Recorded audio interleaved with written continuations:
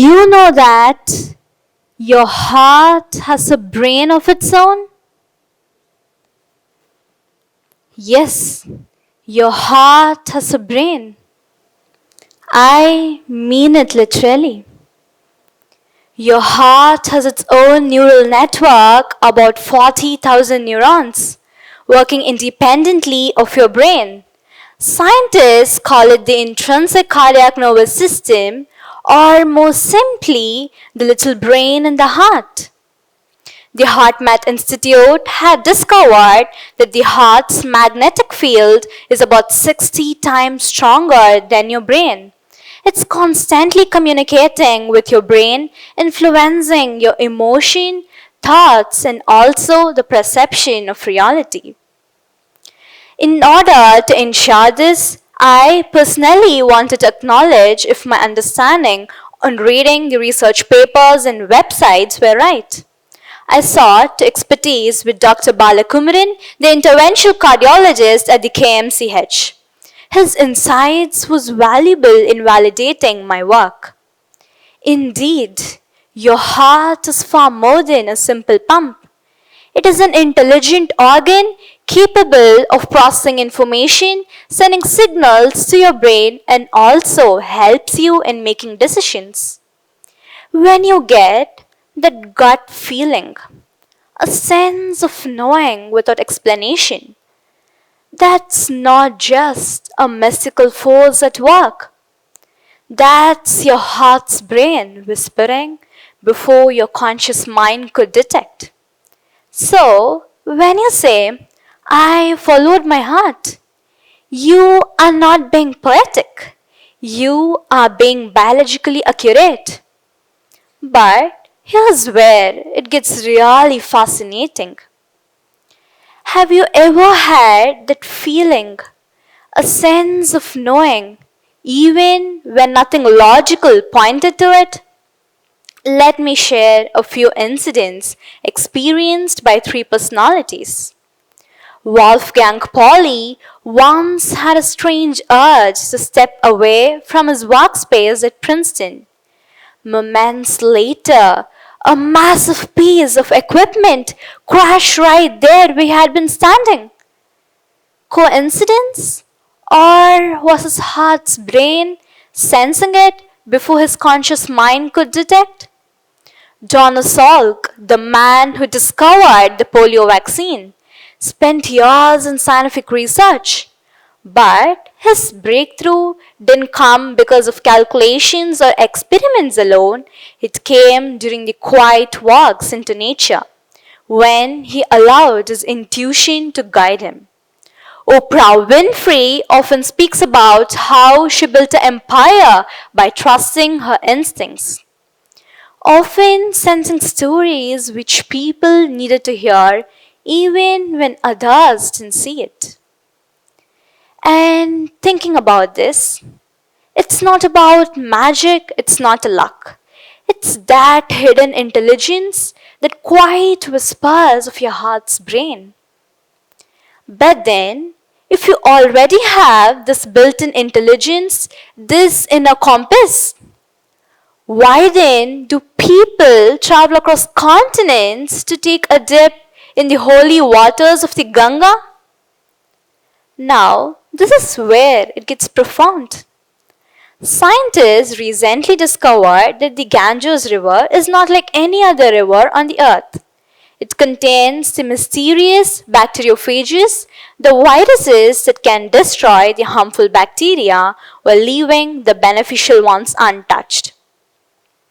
For centuries, people had been calling Ganga self-purifying.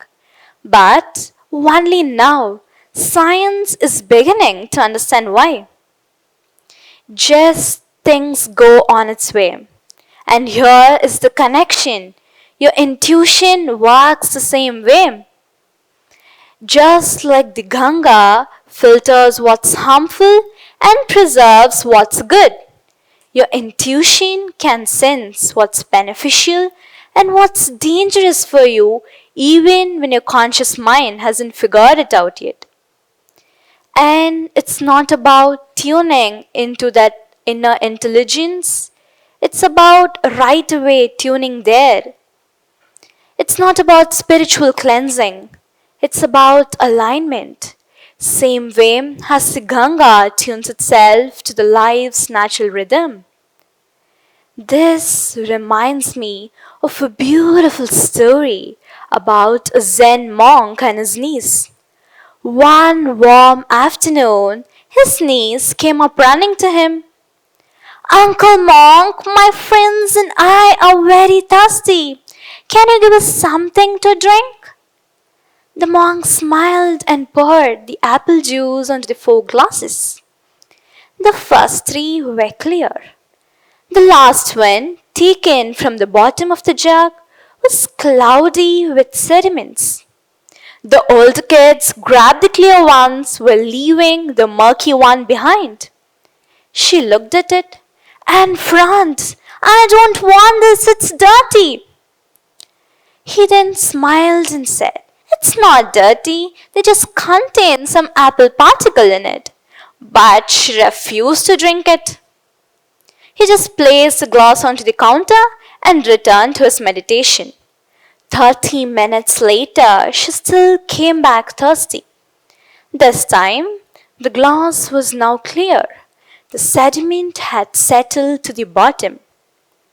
Eyes wide with wonder, she asked, did you clean it?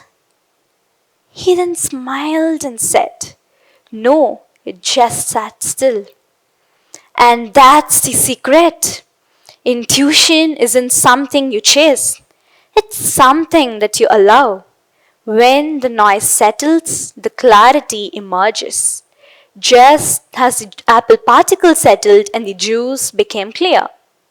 So, why having a thought to take a dip in the Ganga? It's just not because water washing away your sins. It's about alignment. Just like the Ganga purifies itself by letting the sediment settle, you purify your mind and heart by surrendering to stillness, by allowing that quiet inner wisdom within you to rise to the surface. Think about it.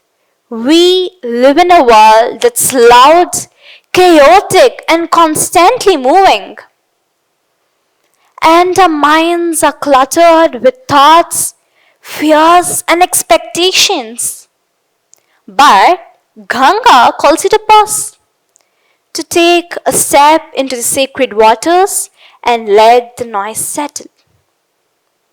Steve Jobs once said, have the courage to follow your heart and intuition. It somehow already knows who you truly want to become. But I would take it further. They already know who you truly are. Like the Ganga, it carries within the sediments of highest potentials and deepest truth. A dip in the Ganga is not about washing something away. It's about allowing this deepest truth rise to the surface. It's not about cleansing. It's about listening. It's not about losing. It's about remembering. Now, when you step into Ganga, you align your body with the rhythm of the earth, your mind with the rhythm of the soul, and your heart with that quiet inner intelligence that's been whispering to you all along. And that's why you go for the dip. Let me leave you with a question here. When the world is loud, will you be quiet enough to listen to your inner voice?